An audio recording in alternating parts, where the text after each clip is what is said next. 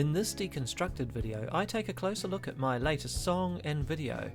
The song is called Love Lies Awake. Love Lies Awake had a deliberately vague narrative. Rather than tell a story, I used the song to describe the feeling of love, but from the perspective of it being a wild animal, hungry and on the prowl. The song was fully recorded at the beginning of February 2021 using GarageBand on an old 2011 iMac. 10 years old, and touch wood, it's still going strong.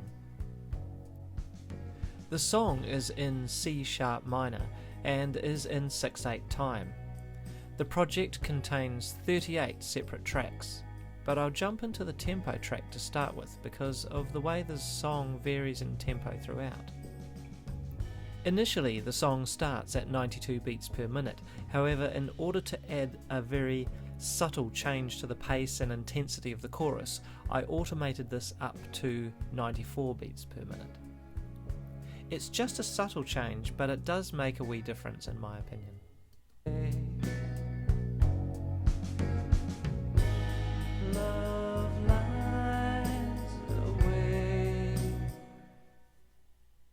The song opens with an ambient synth.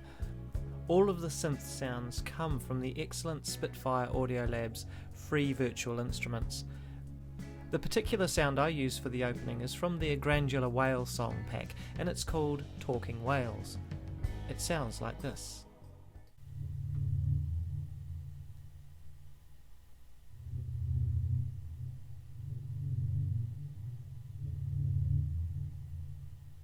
Overlaying this, we are introduced to the sound of a piano. This again is from Spitfire Audio, Modular Pianos track, and is called Tank Piano. Here's how they sound.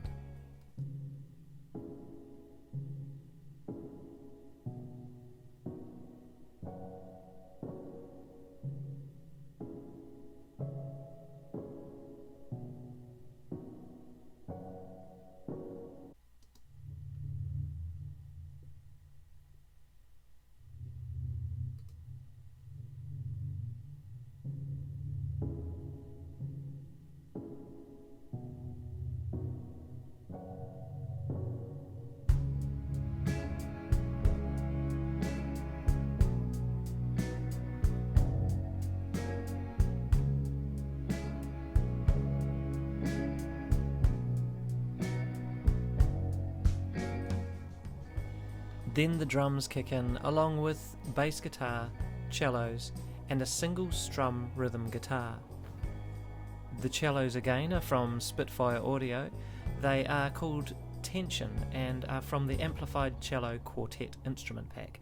I used some panning during the verses to give some additional movement to the mix as well.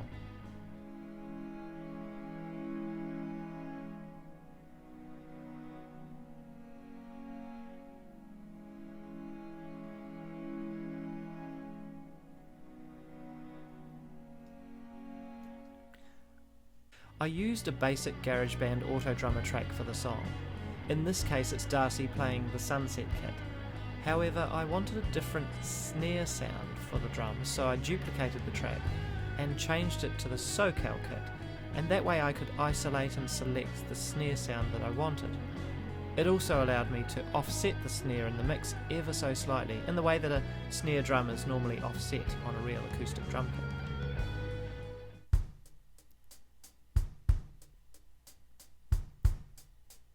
So this is Darcy playing the Sunset kit, and you'll notice that in the mix the snare has been switched off.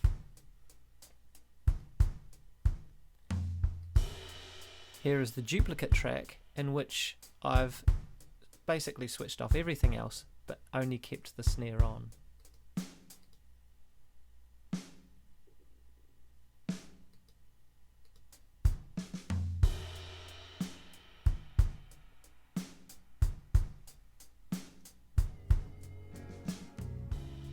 This is a great way to change out some of the sounds of the drum kits and mix and match them if you want a slightly different sound to the kit that you're using.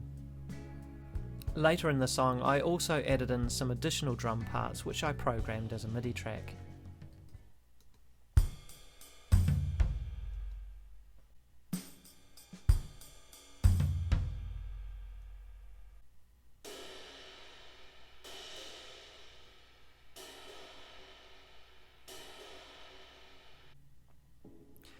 Both guitar and bass were recorded using a Behringer UMC 204 HD interface.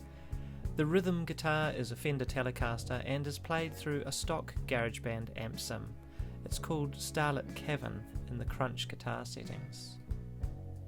The sound has a lovely spacious echo and a reverb on it. However, I backed off the gain and drive just to keep the sound relatively clean.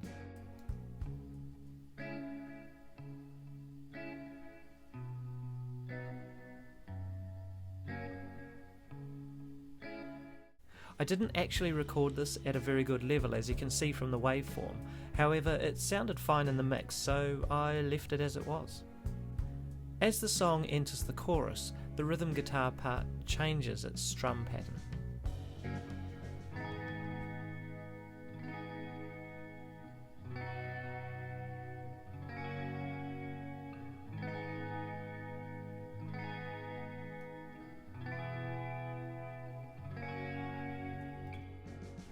The bass guitar uses the standard GarageBand amp simulator Hi-Fi DI.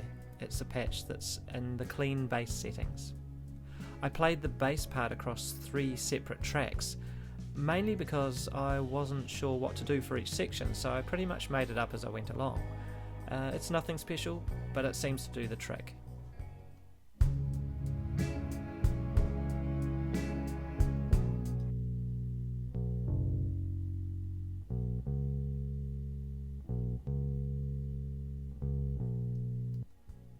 That's the verses.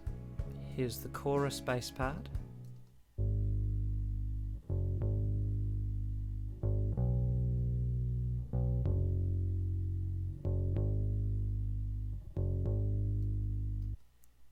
And in the final part of the song, the bass changes up a gear.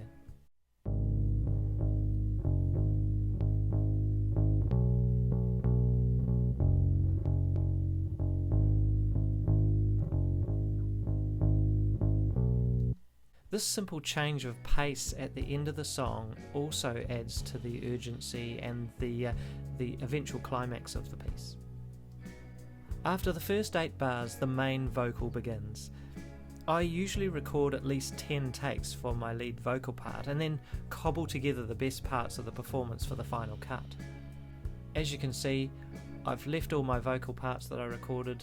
I just label them A, B, C, D, etc. And then I take the best bits to form the finished master vocal track. In the case of this song though, I was pretty happy with one of the takes, so I didn't have to adjust it too much, just the occasional word here or there. Love lies awake,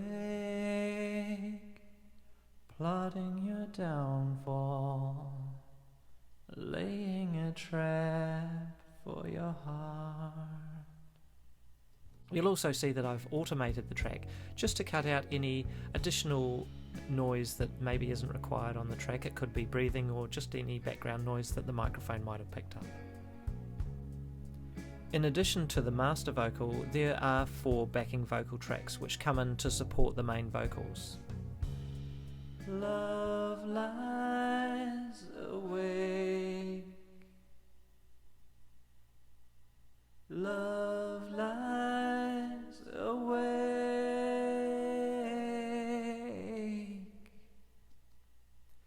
These have been panned left and right to occupy a wide space within the mix. I also like to keep changing the verses and the choruses where I can, with small details to make them build or stand out from the previous ones. It's a way of advancing the song, I suppose.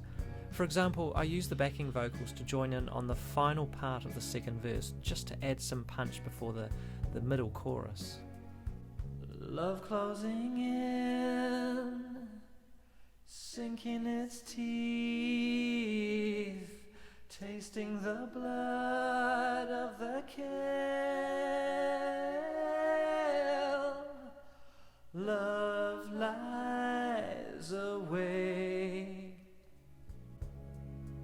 Coming into the second chorus, and I continue to add another dimension to the song. This time it's another ambient synth called Whale Song Nautilus.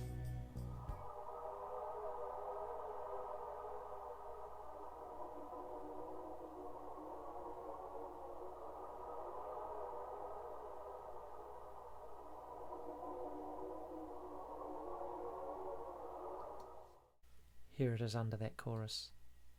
Love lies away. Love lies away. Love. I've also panned this backwards and forwards just again to give some more interest to this particular section. As the second chorus finishes, the song all but dies away, leaving the tail of the whale song synth and a new synth sound called drone. This builds some tension in the song, which is relieved when the full band kick in to an instrumental section and, of course, the traditional lead break.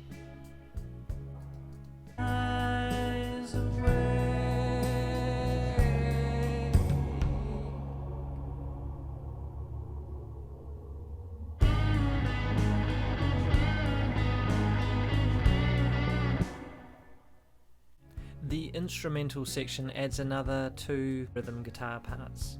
They're quite low in the mix, but they add some urgency towards the song's conclusion with a much faster strumming pattern.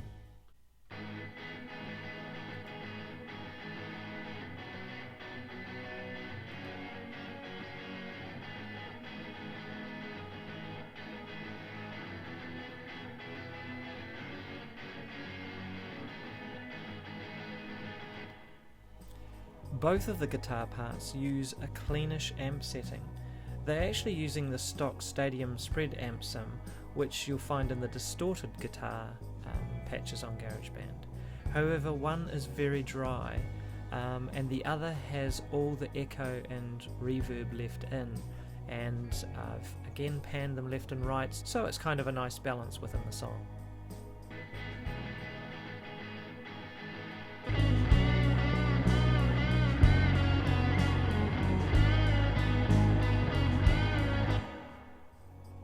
On top of this, there is a granular piano part which gradually builds up through the scales to the end of the song.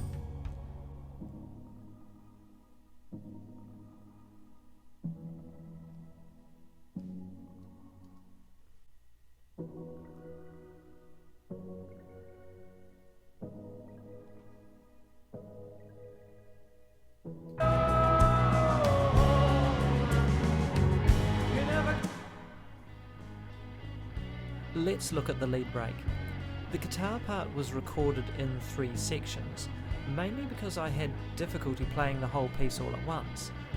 Each guitar part has been double tracked and played as closely as I could to its predecessor.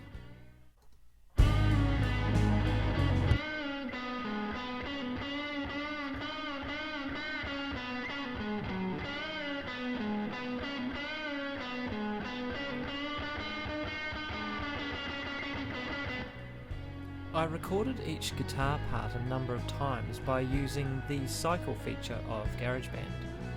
Cycle allows you to select a phrase or a couple of bars or a section of your song.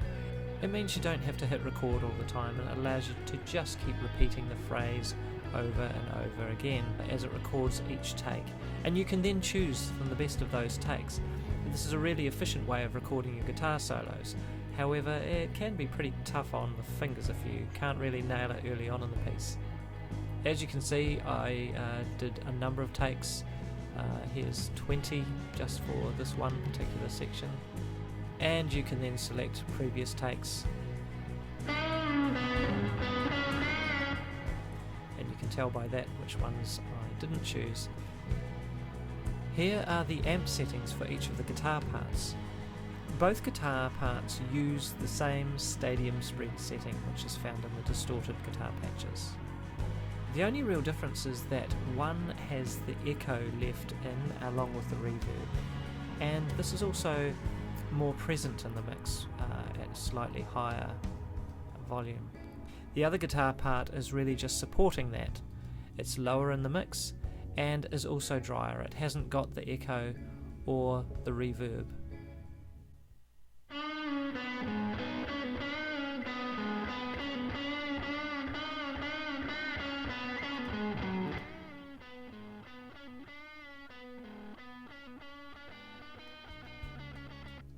For me, this is a good way to help thicken the sound of the guitar part. All of these guitar parts are relatively clean, and I've blended them to get the overall sound that I wanted. I've also panned them to add some extra interest in places.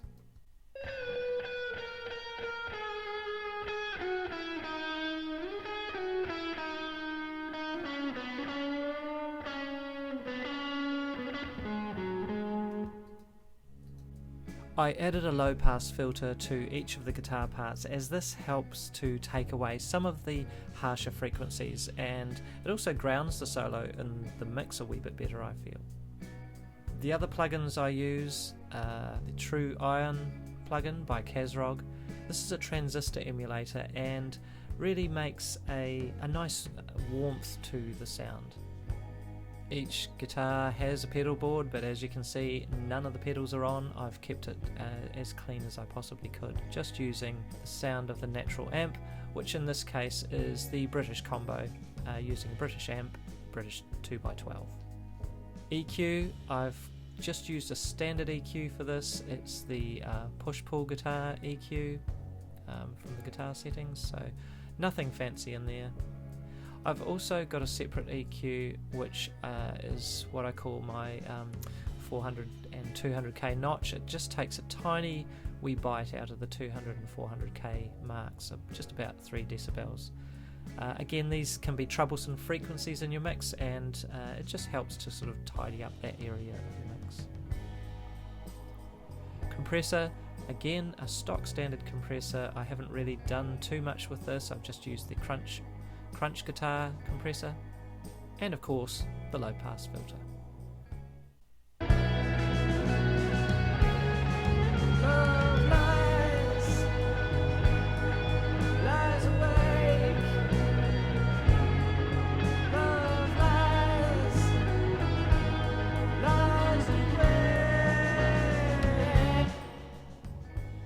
As we exit the instrumental and go into the final chorus, my somewhat tuneless backing vocals join in. This time I've got 8 backing vocals all singing the word awake underneath the instrumental in the chorus.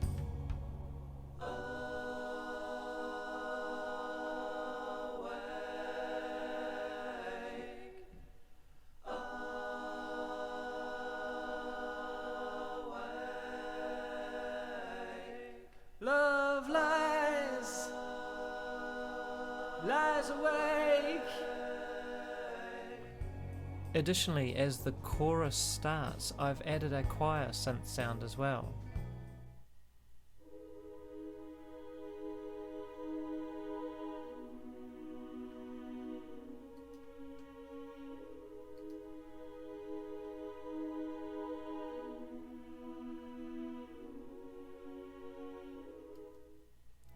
Once again, this choir is from the Spitfire Audio Labs sound packs. Just for some ear candy, I've also added a couple of guitar pick scrapes at key moments in the instrumental and the final outro of the song.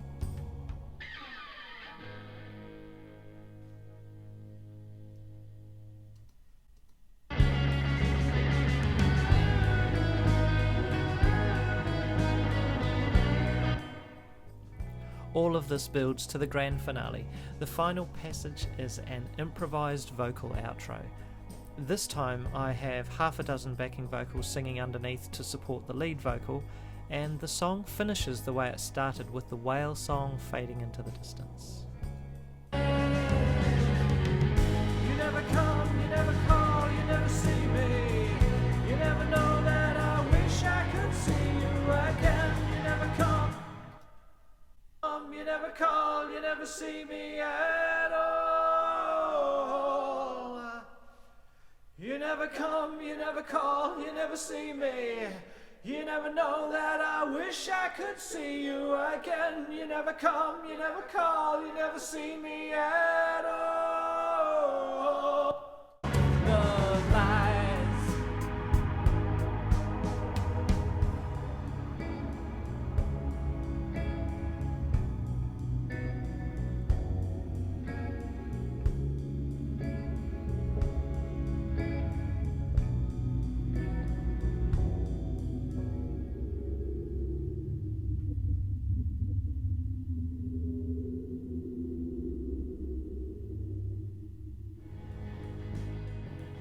And now for a special bonus treat. I want to talk a wee bit about the video for the song. This section contains spoilers about the video, so if you don't want to know how I levitate off the bed, then please feel free to stop watching now. Thanks very much for sticking with it this far. But it's hardly a secret, and I'm sure that even saying there's a spoiler ahead has piqued your interest. Now, the video was shot in my garage using a GoPro Hero 7 Black, and has been compiled and edited in iMovie on macOS. For the most part, I just use a single light bulb to light most of the scenes. I pop some fangs in, scream at a swinging light bulb. What could be simpler? A simple fade to black transition worked well in between each of the chosen shots. The video contains two characters though. There's the screaming vampire and the calmer, more restful me. But the levitation scene in question, it occurs at the point just after the song drops out and where the instrumental comes crashing in. Love lies away. Love lies away.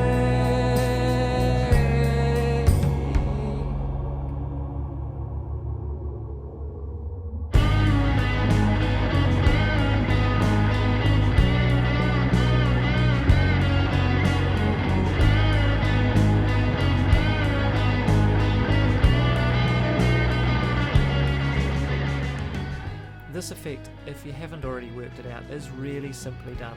I just used the camera perspective and your own assumptions to trick your eye. Here's the spoiler. So what the eye assumes to be a horizontal bed has actually been constructed vertically. Here's a before photo.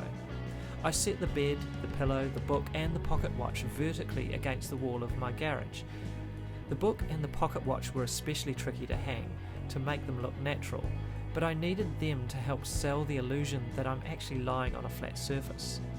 The reality, however, is that I was simply standing in place and leaning against the wall. When it came time to levitate, it was simply a case of stepping forward towards the camera and acting out the part. Watching the footage the right way up still wasn't 100% convincing, but I found that when the clip was flipped upside down, the eye was tricked into believing that it was actually a bed. I also added a small zoom out, which adds to that levitation effect as well. Now for those who like Easter eggs, there is a small Easter egg in the scene as well. The book on the bed is an old book called Blackstone's Secrets of Magic, and it's open to the chapter called Illusions and Stage Magic. It's just a wee nod from me to the practical effect taking place. I hope you enjoyed this deconstructed video. Please subscribe, like, share, etc., etc. And thanks very much for watching. Catch you again soon.